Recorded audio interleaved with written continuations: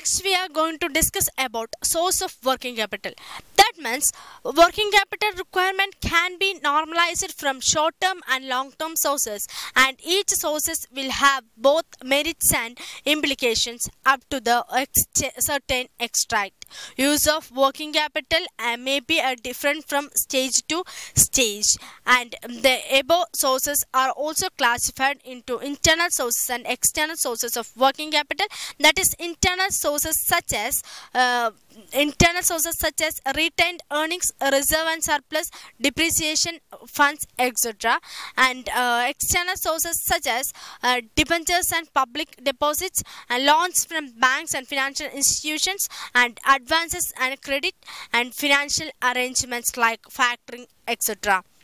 Next, we are discussing the determining the finance mix. That is, determining the finance mix is an important part of working capital management, and under this decision, the relationship among risk, return and liquidity are measured, and also which type of financing is suitable to meet the working capital requirement of the business concerned. And there are three basic approaches for determining an appropriate working capital finance mix. The first one is hedging or matching approach, and second one is a conservative approach, and third one is aggressive approach. In that first one, hedging approach, that is, the hedging approach is also known as a matching approach, and the business concerned can adopt a financial plan which matches the expected life of assets with the expected life of the source of funds of raised to finance assets.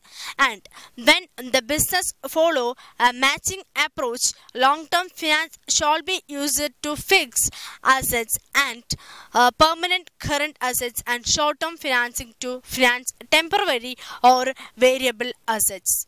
Next is conservative approach. That is, under this approach, the entire estimated finance in current assets should be financed from the long-term source, and the short-term sources should be used only for emergency requirements. This approach is called as low profit or low risk concepts. And third one is aggressive approach. That is, under this approach, the entire estimated requirement of current assets should be financed from short-term source, and even a part of fixed asset financing be financed from short-term sources. This approach makes the finance mix more risky, less costly, and more profitable.